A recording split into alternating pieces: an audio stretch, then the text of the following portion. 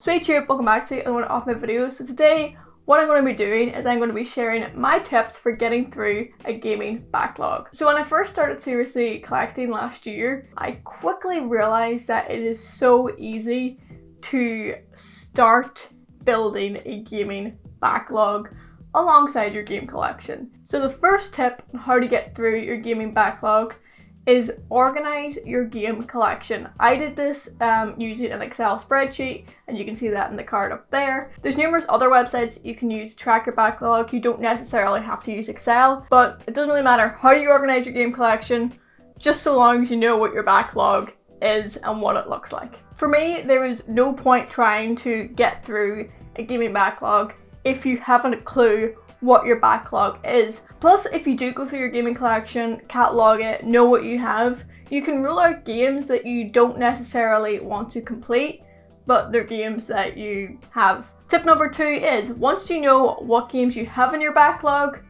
pick 1 or 2 games to start playing. So for me, what I do is I pick 1 game on a handheld console and 1 game on a home console. So what this does is I have like my games that I will be playing primarily sitting down at nighttime, and then handheld games I primarily play during the day.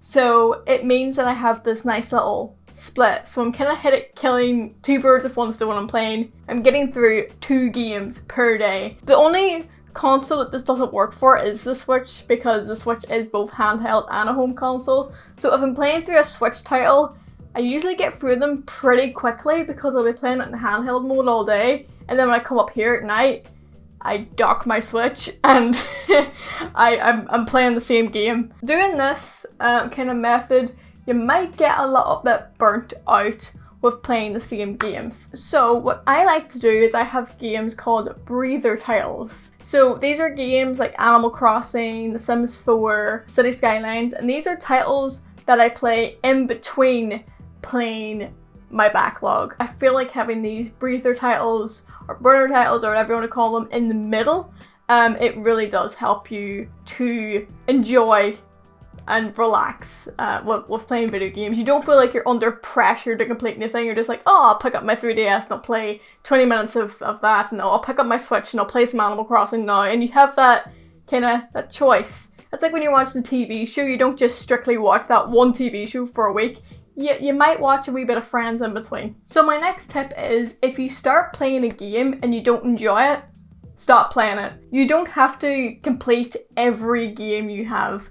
There are some games that you're just not going to like, and you're never ever going to complete them. If I don't enjoy the game within the first hour, I'm not going to push myself to play it, and I will just go to my spreadsheet, mark it as complete, and put it back in the box, because I don't have a shelf. So as an add-on to the last tip, but I'm going to count it as a new tip, only buy games that you're interested in. I know with collecting, it can be very tempting to go, oh, I want to get this game because it's rare. I want to buy this game because it's rare. For me, I don't really see that. I don't collect for that reason. I want my collection to reflect the games that I enjoy and the games that I wanted to play. And to minimize your backlog, if you just buy the games you have an interest in, even don't pre-order games, don't buy games on release could also be something that you can do. Buy games you have an interest in, and I promise you, you will find it way easier to get through your backlog. Another helpful tip is to check how long the game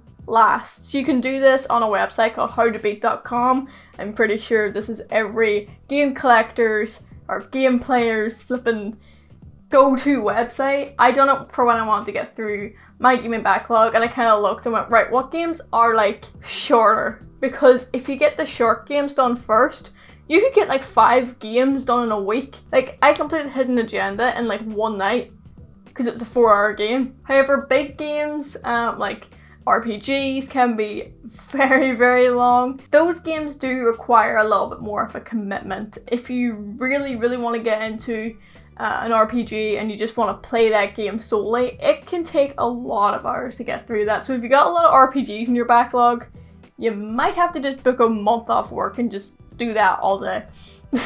Here's another tip, but this one is more of a choice. If you're like me, you'll only want to play the main story of the game. You not really care for side quests too much. Only playing the main story means that you get the game, you play through the way the developers intended the game kind of to go. I mean, I think side quests are just like little extra bits that the developers go, oh, we'll put that there, oh, we'll do that. So you still get the experience of the game. Any of the main experiences the developers want you to take away will be in the main story. So if you want to help kind of slice down your gaming backlog, only playing the main story can help, because you're not going to 100% complete every game.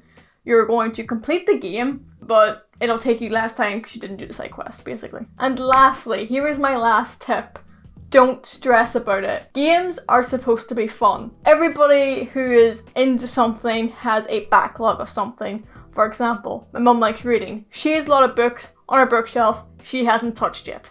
But she wants to, she just hasn't. But she doesn't pressure herself to read. The same way I don't pressure myself to complete a game. Do not see playing video games as a chore. Playing video games is a choice, and it is meant to be a fun choice. Don't stress about it too much.